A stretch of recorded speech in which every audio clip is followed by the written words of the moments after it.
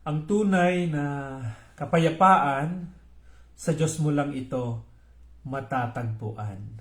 Sa Matthew chapter 6 verse 25, kaya't sinabi ko sa inyo, huwag kayong mabagabag tungkol sa pagkain at inumin na kailangan ninyo upang mabuhay, o tungkol sa damit na kailangan ng inyong katawan.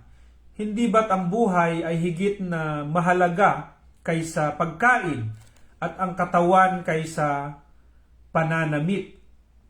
Masdan ninyo ang mga ibon, hindi sila naghahasik ni nag-aani, o kaya'y nagtitipon sa bangan, gayunman pinakakain sila ng inyong amang nasa langit. Hindi ba't higit kayong mahalaga kaysa mga ibon? Sino sa inyo ang makapagpapahaba ng kanyang buhay ng higit 1 oras sa pamamagitan ng kanyang pagkabalisa?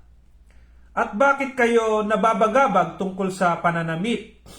Isipin ninyo kung paano sumibol ang mga bulaklak sa parang. Hindi sila nagpapagal ni humahabi man, ngunit ito ang sasabihin ko sa inyo. Maging si Solomon ay hindi nakapagsuot ng kasing ganda ng isa sa mga bulaklak na ito. Bagamat napakaringal ang damit niya, kung ang mga damo sa bulaklak na buhay ngayon at kinabukas ay ginagatong sa kalan, ay dinaramtan ng Diyos. Kayo pa kaya, kay liit ng pananalig ninyo sa Kanya. Kaya't huwag kayong mabalisa tungkol sa inyong kakainin, iinumin o daramtin, sapagkat ang mga bagay na ito ang kinahuhumalingan ng mga taong walang pananalig sa Diyos. Alam na ng inyong amang nasa langit na kailangan ninyo ang lahat ng ito.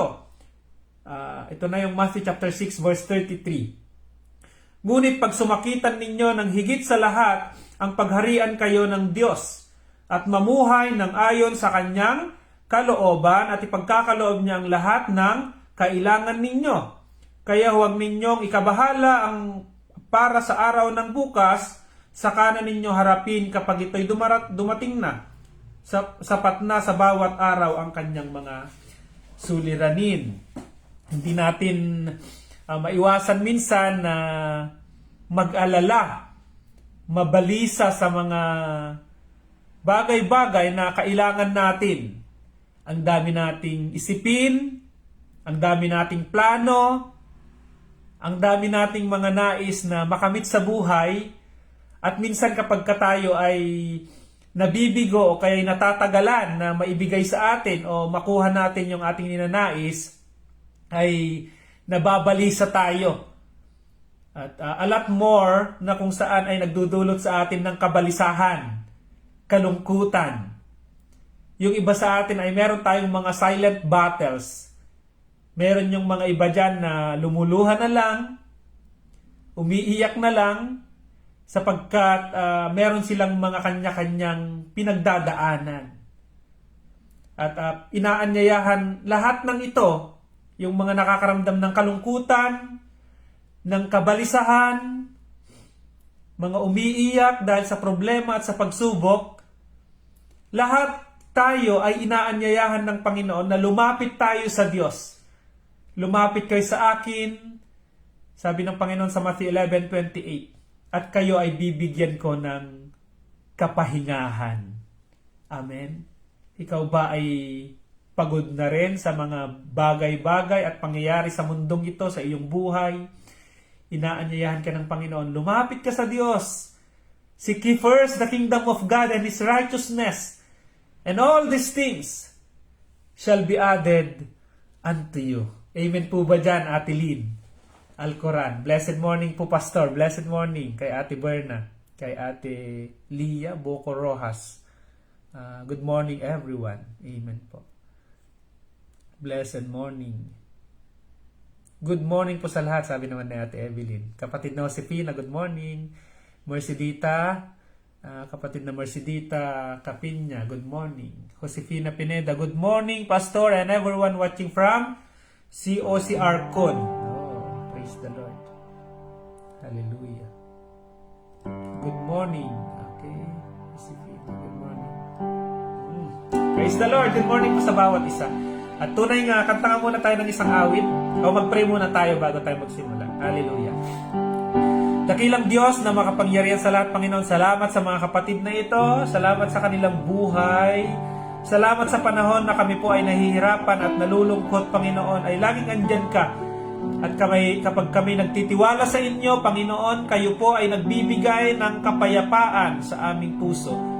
At hayaan ninyo, Panginoon, na kayo po ang maghari sa aming mga buhay. Purihin ka, Panginoon, patawarin nyo kami sa aming mga pagkakasala, Panginoon, at tulungan nyo kami, O God, na laging magtiwala sa inyo anuman ang aming mga pinagdaraanan, anuman ang aming mga sitwasyon sa buhay. Panginoon, kami po ay magtitiwala na meron kaming Diyos na gumagabay sa amin. In Jesus' name we pray.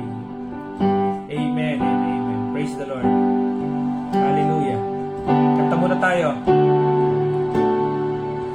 Panatagang aking isipan, pagsubok man ay dumating, ang Diyos ang gumagabay sa isip ko ng dami. Ang kanyang mga kamay aking gabay at patnubay, tanging sa piling niya'y lubos ang ligaya. Isa pa nga. Panatag ang aking isipan. Amen. Pagsubok man ay dumating, ang Diyos ang gumagabay sa isip ko ng dami. Ang kanyang mga kamay aking gabay at patnubay, tanging sa piling niya'y lubos ang ligaya. Anumang kalagayan, isipin o problema, ilapit sa Kanya, tiyak ang tugon niya. Sa piling ng Panginoon, wala nang pag-aalala, at hindi na ako muling mangangamba. Ang tunay na kapayapaan sa Diyos ko lang nakamtan. Amen. Ang tunay na kapayapaan sa Diyos ko lang nakamtan.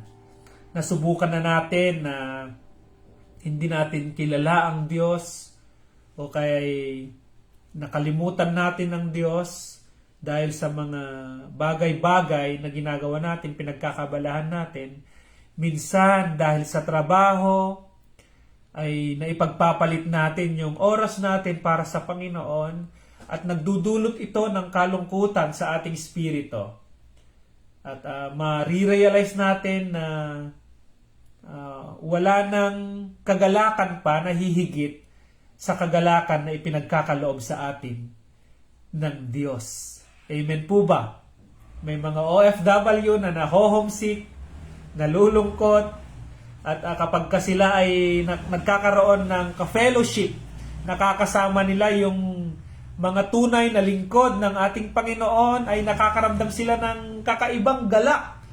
At yung galak na yon ay nagmumula sa ating Panginoon. This morning, I pray mga kapatid, that the Lord will bless you, that the Lord will fill your heart with joy and gladness.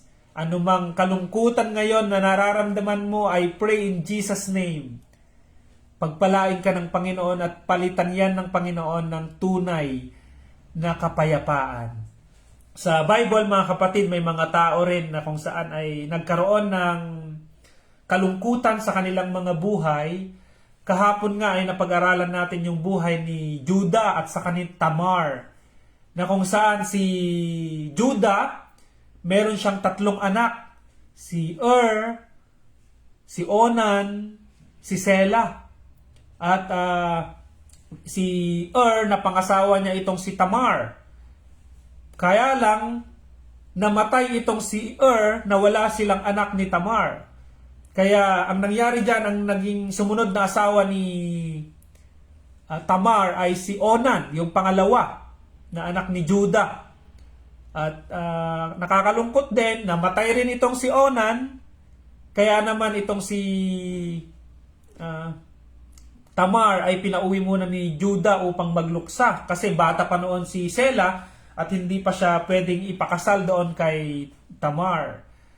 To cut the story short, ang nangyari dyan ay ang nakabuntis din kay Tamar ay si Judah.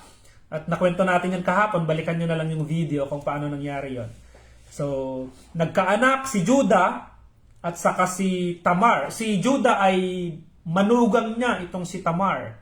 At siya yung nakabuntis at nagkaroon sila ng anak. Nakambal pa nga, no? Si Fares at saka si Zara. So, napakagulo yung kanilang sitwasyon. At marahil ay nababagabag yung damdamin diyan ni Judah na bakit ganon yung nangyari. At nagkamali siya doon, nagkaroon ng magulong sitwasyon sa kanilang buhay at marahil ay nagdulot ito ng kalungkutan sa kanya. Pero ang kagandahang loob ng Panginoon ay nananatili at ipinaranas niya ito sa buhay ni Judah at ni Tamar. At sumunod pa nga dyan ay meron pang isang kwento dito na kung saan ay ganun din, na babagabag rin, nalulungkot din yung kanilang damdamin. Pero puntahan yung damdamin nila. Puntahan muna natin yung Matthew para ma-review tayo. Matthew chapter 1 verse 4 na tayo hanggang sa 6. Si Aram ang ama ni Aminadab, si Aminadab ang ama ni Naason na ama naman ni Salmon. Naging anak ni Salmon kay Rahab si Boaz. At naging anak naman ni Boaz kay Ruth si Obed. Si Obed ang ama ni Jesse na ama ni Haring David. Naging anak ni David si Solomon sa dating asawa ni Urias. Amen. Mababanggit na dito na naging anak ni Salmon. Nagkaroon ng pamilya dito. Si Salmon ay napangasawa niya itong si Rahab. At nagkaroon pa nga sila ng anak. Pinangalanan nilang Boaz. Si Boaz naman napangasawa niya si Ruth. So ano nga ba yung mga mapupulot natin na aral sa kanilang mga buhay? Pero una ay sino nga ba si Ruth? Sino nga ba si Rahab? Kilala natin yung iba sila King David, sila Abraham, kilala natin lahat ng mga yon. Na maraming sikat sa Bible na kilala natin at meron din yung mga hindi sikat na kikilalanin natin. So naging anak ni Salmon kay Rahab si Boaz. Sino ba si Rahab? Puntahan natin sa Joshua chapter 2. Si Joshua chapter 2. Sino ba yung Rahab na yan na lola ni lola ni Haring David? Amen. Good morning. Sabi ng aking mamang Lani at Papang Along. Good morning Nakong. Blessed morning. Ayan. Si Ate Aileen, blessed Friday morning po, Pastor, and everyone. Amen. Nanonood na rin aking Mrs. Sister Lovely. Amen. Joshua chapter 2. Baybayin natin yung kwento na ito. Buhat sa kampamento ng Sitim ay nagpadala si Josue ng 2 tiktik na pinagbilinan niya ng ganito. So si Josue ay isang sundalo, meron siyang mga tiktik, mga secret agent kumbaga. Pinupunta niya sa Jericho sapagkat yung Jericho na yon ay meron siyang malaking wall, no? At sa loob na yon ay andun yung kabayanan, yung mga tao doon na kung saan ito yung lulusubin nila Josue at sasakupin nila yung lugar na yan. At pumunta kayo sa Jericho at manmanang mabuti ang kabayanan at kabukiran. Pumunta nga sila sa Jericho at nakituloy sa bahay ni Rahab. Sino si Rahab? Ito na siya.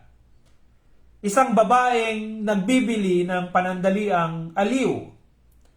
So, lumakad na itong dalawang espiya na ito, spies, pumasok sila sa lungsod ng Jericho at nakituloy pa nga sila sa bahay ni Rahab. Na itong si Rahab ay isang babaeng nagbebenta ng aliw o kaya yung prostitute. Kahapon nabanggit din natin yan. Si Tamar, nagpanggap siya na prostitute pero hindi siya prostitute. Ngayon naman, ito totoo na to. Na si Rahab ay talagang prostitute na kung saan ay doon nakituloy yung dalawang espiya. Verse 2. Nakaabot sa hari ng Jericho ang balita na may mga tiktik ng Israelitang nakapasok sa bayan ng gabing iyon. Ang bilis ng balita, no? Ang galing. Nagpasugo kay Rahab ang hari at ipinasabi, ilabas mo ang lalaking nakituloy sa iyo na parito ang mga iyan upang maniktik. So, direct, na yung hari ay nalaman niya agad na may mga nakapasok nga na espiya, at tumuloy sa bahay ni Rahab. Ngunit itinago ni Rahab ang dalawa at pagkatapos ay ganito ang isinagot. So, isitwasyon dyan, nagpunta yung sundalo kay Rahab, tinatanong ngayon ng mga sundalo si Rahab, no? Ilabas mo. Andyan yung mga nakituloy daw sa bahay mo ituloy natin. Ngunit itinago ni Rahab ang dalawa at pagkatapos ay ganito ang isinagot. Mayroon nga pong mga lalaking nakituloy sa akin, ngunit hindi ko po alam kung taga saan sila. Umalis po sila nang ipininid na ang pintuan ng lungsod bago kumagat ang dilim. Hindi ko po nausisa kung saan sila paroroon, ngunit kung hahabulin ninyo agad ay aabutan ninyo. Sa itaas ng bubong niya dinala ang dalawang tiktik at tinabunan ng mga tangkay ng lino na naitambak niya roon. Matalino din itong si Rahab. At ang sabi niya sa mga sundalo, totoo nga, may nakituloy nga dito sa akin pero hindi ko sila kilala. Ngayon, kung habulin ninyo sila ngayon, siguro nakalabas na sila ngayon, nasa kaburulan na sila ngayon, aabutan ninyo sila. At yung mga sundalo naman yan, takbo naman agad yun, hinabol naman nila agad. No? At itong si Rahab, umakyat na siya sa bubungan. Sa itaas ng bubong niya, dinala ang dalawang tiktik at tinabunan ng mga tangkay ng lino na naitambak niya roon. So, hinabol na ng mga tauhan ng hari ang dalawang tiktik hanggang sa tawiran ng Ilog Jordan. Pagkalabas ng mga humahabol, ipinanid ang pinto ng lungsod. Bago matulog ang mga tiktik, umakyat naman si Rahab sa bubungan at sinabi sa kanila, alam ko na ipinagkaloob sa inyo ni Yahweh ang lupaing ito at ang mga taga rito'y gulong-gulo dahil sa inyo. Gayon din ang lahat ng mga naninirahan sa paligid. Nabalitaan namin kung paano ipinagtuyo ni Yahweh ang dagat ng mga tambo nang kayo'y tumawid galing sa Ehipto. Nalaman din namin na nilupig ninyo sinaharing Sehon at Og ng mga Amoreyo sa ibayo ng Hordan at pinuksa ang kanilang mga hukbo. Nagulat kami nang marinig ang mga balitang iyon. Natakot kaming humarap sa inyo sapagkat si Yahweh na inyong Diyos ay Diyos ng langit at ng lupa. Ang mga taga Jericho ay takot na takot, nababagabag. At siyempre kasali diyan si Rahab na natatakot siya kasi nalalapit na, andyan na yung mga Israelita, lulusubin na tayo. At si Rahab ay nalaman niya na yung Diyos na pinaglilingkuran ng mga Israelita na ito ay siya yung Diyos na lumikha sa langit at sa lupa. Diyos na makapangyarihan. Amen? At Diyos na nagliligtas, Diyos na nagtatanggol, Diyos na may kakayahang ibigay ang nais niya sa kanyang mga lingkod. Nalaman itong lahat ni Rahab at naniniwala siya na totoo nga na ang Diyos ng Israel ay kaya silang lusubin at lupigin. Kaya nakaramdam siya dyan ng panganib. At nung nagkaroon siya ng pagkakataon na ma-meet niya, makilala niya itong mga lingkod ng Diyos, ay pinatuloy niya sa kanilang bahay. Though napaka-risky yung nangyari na yon, yung ginawa niya na yon, kasi pag nalaman nila na itinago niya yung mga tiktik na ito, sigurado siya ang unang papatayin ng mga tauhan ng hari. Paparusahan siya ng matindi. Pero alam nyo, itong si Rahab ay nagkaroon siya ng takot. At yung takot na yon nagdala sa kaniya para makilala pa ang Diyos ng Israel. At dito, mangyayari dyan, verse 12, nagkakaroon na dito ng pag-uusap dahil si Rahab ay tinago niya itong mga lingkod. Alam nyo, there is kung tatanggalin nyo lang yung tingin ninyo sa kay Rahab na siya ay isang prostitute, there is a good things inside of her. Kung tatanggalin lang natin yung masyadong pagiging judgmental natin sa mga tao na kilala natin na gumagawa ng mali, makikita natin meron din namang mabuti. Merong mabuting bagay na meron sa kanilang puso. Marahil yung tao sa paligid ni Rahab ay hinuhusgahan siya na siya ay isang makasalanan, na siya ay isang mababang uri ng babae. Pero ang Diyos ay hindi ganun yung pagtingin niya kay Rahab. Ang pagtingin ng Diyos kay Rahab ay merong mabuting bagay. Merong mabuting puso itong si Rahab. Merong kagustuhan itong si Rahab na makilala ng higit pa yung Diyos na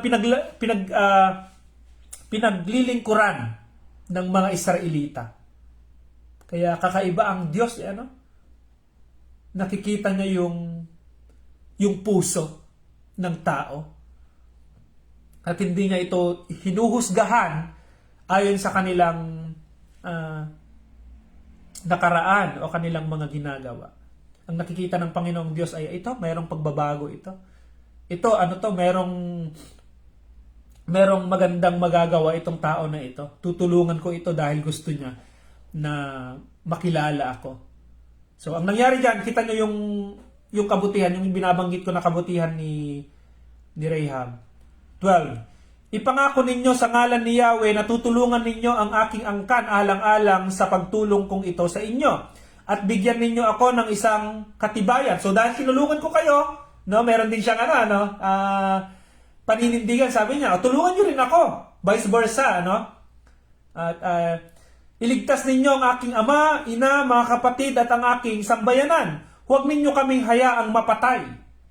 Yun yung kabutihan na meron kay Rahab, na maaari yung kanyang kapamilya, yung kanyang magulang, yung kanilang mga angkan ay marahil hindi rin maganda yung pagtingin sa kanya dahil nga siya ay isang prostitute.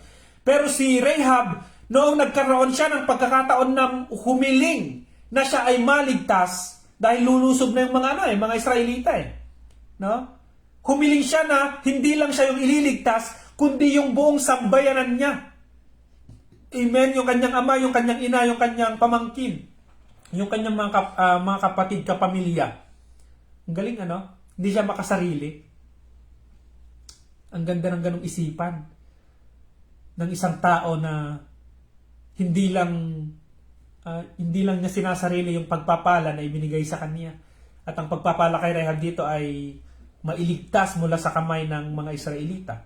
14. Sinabi sa kanya ng mga tiktik, ang buhay namin ang garantiya sa buhay ninyo. Huwag mo lang sasabihin sa may kapangyarihan na kami naririto. Hindi kayo maaano pag ibinigay na sa amin ni Yahweh ang lupain ito. Dikit sa muog ng Jericho, yung pader ng Jericho ito, ang bahay ni Rahab. Kaya't buhat sa kanyang bintanay, inuhugos niya sa labas ng lunsod ang 2 tiktik. Ngunit bago sila umalis, sila'y pinagbilinan niya ng ganito. Bagtasin ninyo. So, takata story siya dyan, pinatakas niya itong 2 ito. Inihugos mula doon sa pader ay binaba niya sila at nakatakas itong 2 na espiya na ito mula sa kamay naman ng tauhan ng hari. 17. Sinabi naman sa kanya ng 2, pinananagutan namin ang aming pangako, ngunit kailangan gawin mo ang sumusunod. Pagbalik namin para sakupin ang inyong lungsod, ilawit mo ang pulang lubid na ito sa bintanang aming lalabasan. At tipunin mo sa iyong bahay ang iyong ama, ina, mga kapatid at buo mong angkan. Ang lalabas ng buhay ay di namin papatayin. Ang namin pananagutan kung mapatay man. Ngunit kami ang mananagot pag may napinsala sa sino mang nasa loob. At kapag siniwalat mo itong ating pinag-usapan, huwag mo nang asahan ang pangako namin sa iyo. Sumagot ang babae, sang-ayon ako, inihugos nga niyang palabas ang dalawa pagkatapos itinalin niya sa bintana ang lubid na pula nang nakalawit sa labas ng dulo. Kung papansinin naman natin dito, merong hiniling si Rahab. Huwag niyo pong huwag niyo pong papatayin ako at ang aking sambayanan, ang aking ama at ang ina. So yun yung kanyang kahilingan bilang ganti naman sa mabuting nagawa niya. Kaya lang, sa kaligtasan na yan, meron ding gagawin itong si Rahab. Sabi ng dalawang tiktik, o sige, hindi namin sila papatayin, pero ang gawin mo, yung pamilya mo, yung ama at ina mo, yung kamag-anak mo, dalhin mo sila dito sa loob ng iyong bahay. At ipinapangako namin, lahat ng nandito sa loob ng bahay, hindi sila hindi sila masasaktan, hindi namin sila papatayin. Pero pag nasa labas ng bahay, hindi na namin pananagutan kung sila ay mamamatay. So merong gagawin din yan. Parang pag-ibig daw. No? Yung love daw, yung kapag daw nagmamahalan kayo. Kaya nagmamahalan yan. Kasi hindi lang pwedeng isang nagmamahal. Dapat nagmamahalan. So yung lalaki ay minamahal niya yung babae naman ay minamahal niya yung babae. Nagtutulungan. Merong part na gagawin yung babae, meron ding part na gagawin yung lalaki. No? Ang Panginoong Jesus, noong siya ay pumunta dito for God so loved the world, He gave His one and only Son that whosoever believes in Him shall not perish but have eternal life. Para magkaroon ng eternal life itong tao, noong ang Panginoong Jesucristo ay nagkatawang tao, ibinigay niya yung kanyang buhay. Ang gagawin naman natin ay i-receive natin ang Panginoong Jesucristo. Ang sino mang sumampalataya sa Panginoong Jesucristo ay hindi na paparusahan. So may gagawin tayo. Sa pamumuhay naman nating mga Kristiyano, mga lingkod, mga nagsasabing anak ng Diyos, mga lingkod ng Panginoon, hindi pwedeng ang Panginoon lang ang laging kumikilos para sa atin. Amen? Parang, Lord, baguhin niyo po ako, Panginoon. Gawin niyo po akong mabuti. No? Gawin niyo po akong matatag na isang Kristiyano. Lagi kang nagpipray na ganon, pero yung ginagawa mo naman, yung action mo naman ay sumusunod ka pa rin sa mundong ito. No? At ang maganda niyan, kapag meron kang ganong panalangin, meron ka rin dapat gagawin. No? Kung gusto mong lumago sa pamumuhay mo bilang isang Kristiyano, mag-alarm ka, 6:30 in the morning, devotion yan. No? Morning devotion yan. Ng COC Taiwan, 6:30 hanggang 7:10 in the morning. Ay, maoras pa ba tayo? Meron pa. Hindi pa ako lumalagpas. No? At meron din mga iba pang mga devotions ng mga pastor natin. At iba pang mga nagtuturo sa online na kung saan ay yung kanilang katuruan ay mula sa Biblia. Nakaka-bless kagabi yung aming Zoom meeting. Ay, hindi pala. Bible study online pala yun. Sa Messenger kami nag-call. Dito sa Church of Christ Taiwan. Ginaganap namin yan ng Tuesday, 8:30 hanggang 9:30 at yung Thursday, 8:30 hanggang 9:30 ng gabi naman. So Tuesday morning, Thursday naman ay gabi namin ginaganap. At Sunday ay nagtitipon kami sa Neily bilang mga magkakapatid dito sa Taiwan. At tuwing umaga naman, 6:30 a.m. in the morning ay merong devotion, morning devotion ng Church of Christ Taiwan. Ang lahat ng ito ay ginagawa natin bilang pagganap naman ng ating part bilang mga Christian. No? Kung nais nating lumago, papaluguin natin tayo ng Panginoon. Alam niyo po yung sa music, sa pag-aaral ng keyboard. Dapat dito meron kang 3D. Meron kang desire, dedication, at saka determination. Desire, gusto mong, parang nakita mo, parang gusto kong tumugtog. Merong desire, meron kang isang bagay na gustong gawin. Desire yun. Parang gusto kong maging, mag-serve kay Lord. Parang gusto kong tumugtog. Parang gusto kong maging, tagaliris sa kapilya. No? Parang gusto kong mag-share ng salita ng Panginoon. Meron kang desire. At kapag gusto mo talaga, meron kang dedication. Ano yung dedication? Maglalaan ka ngayon ng oras para matuto kang mag-keyboard, mag-aral ka ng keyboard, no? O kaya magbasa ka ng salita ng Panginoon. It depends kung ano yung desire mo, desire ng puso mo na mangyari. at gusto mo na lumago bilang isang lingkod ng Panginoon sa pamumuhay Kristiyano mo, mayroon kang dedication, maglalaan ka ng oras para mag-devotion, para manalangin. Amen po ba? Sa keyboard, lagi ko kasing binabanggit yun sa pag-aaral ng keyboard. At dapat meron kang desire, hindi mo lang ginusto na mag-aral ng music, kundi meron ka rin dedication, maglalaan ka rin ng oras para sa ganon ay mag-practice, mag-aral, syempre. No? At lastly, meron kang determination. Sa panahon na nahihirapan ka na, Pastor, ang hirap pala mag-aral ng keyboard. Sa panahon na nahihirapan ka na, meron kang dedication, hindi ako susuko, magtutuloy ako. Kasi ito yung gusto kong gawin at alam ko tutulungan ako ng Panginoon. Amen? Meron tayong mga bagay sa buhay natin na mga pangit, hindi natin matanggal-tanggal, hindi natin maalis. No? Pero nananalangin tayo sa Panginoon na tulungan tayo ng Lord. Dati meron akong narinig na umamin siya, sabi niya, Pastor, ako po ay sa mababaw na salita, chismosa. Hindi ko napipigilan yung aking mga sinasabi, no? Pero nagnanais ako na tulungan ako ng Panginoon na mabago itong pag-uugali na ito. At nagkaroon siya ng realization na hindi maganda yung kanyang sa sobrang pagsasalita niya, ang dami niyang mga nabibigkas na hindi na nakakaaya sa Panginoon at minsan nakakasira ito sa kapwa niya, tao. At ipinanalangin niya sa Panginoon ito, nagkaroon siya ng desire. No? At ang pangako naman ng Panginoon sa mga tao na nagkakaroon ng desire, ay tutulungan sila ng Panginoon. Kami pong mga pastor ay karamihan sa amin hindi marunong magsalita. Parang si Moses noon, uutal-utal kong magsalita. Karamihan sa pastor ay mahiyain. No? Sa mga manggagawa sa church, akala nyo, mga confident yan. Pero mga mahiyain din yung mga yan. No? Pero dahil nagkaroon sila ng desire na maglingkod sa Panginoon, tinulungan sila ng Panginoon from unqualified, ginawang qualified sila ng Panginoon. From unable, ginawa silang able ng Panginoon. Hallelujah.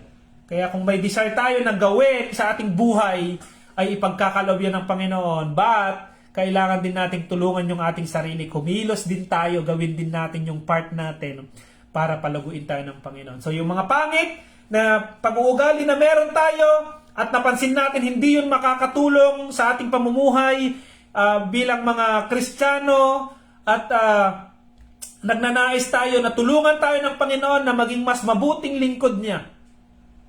At ikaw, maglalaan ka ng devotion mo, magkakaroon ka ng oras sa pananalangin, lagi mong isinasaisip kung ano ba yung kalooban ng Diyos, tutulungan ka ng Panginoon. Amen po ba? Tutulungan ka ng Panginoon. Gagabayan ka ng Diyos. Hallelujah. Ang Diyos ay mabuti at laging tapat, mga kapatid. Ano man yung inyong mga kahilingan, no?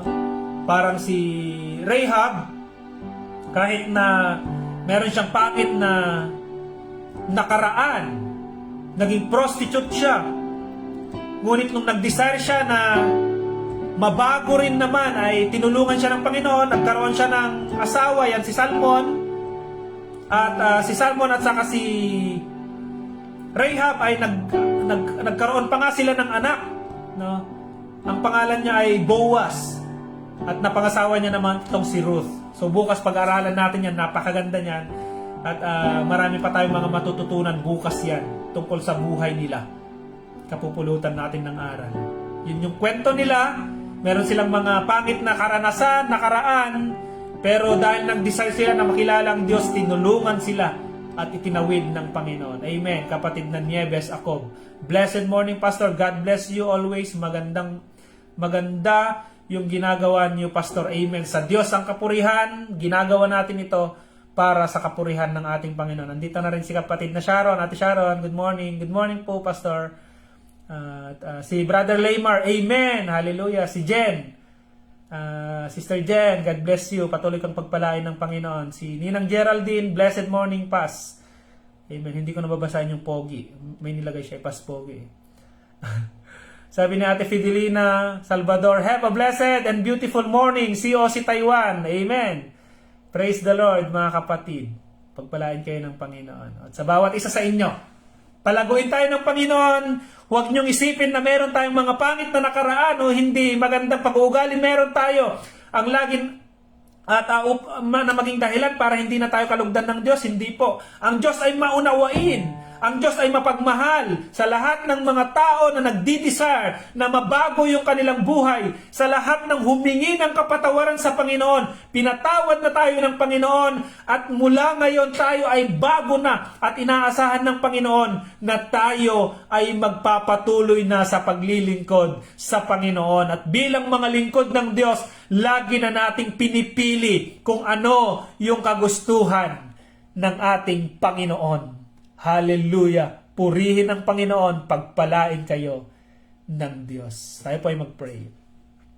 Lord, salamat po sa umagang ito, sa inyong mga salita, Panginoon. Hayaan niyo, O Lord God, na unti-unti ay mabago yung aming mga buhay, yung pagtingin namin sa ibang tao na nakagagawa ng hindi maganda o pagkakamali, Panginoon. Lord, mawala na yung judgment namin sa kanila at makita namin na sila din ay magbabago, susunod din sa inyo, Panginoon. At hayaan ninyo, O God, na kami naman, kapag kami po ay may pagkakataon, ay may ibahagi namin yung inyong mga salita sa kanila.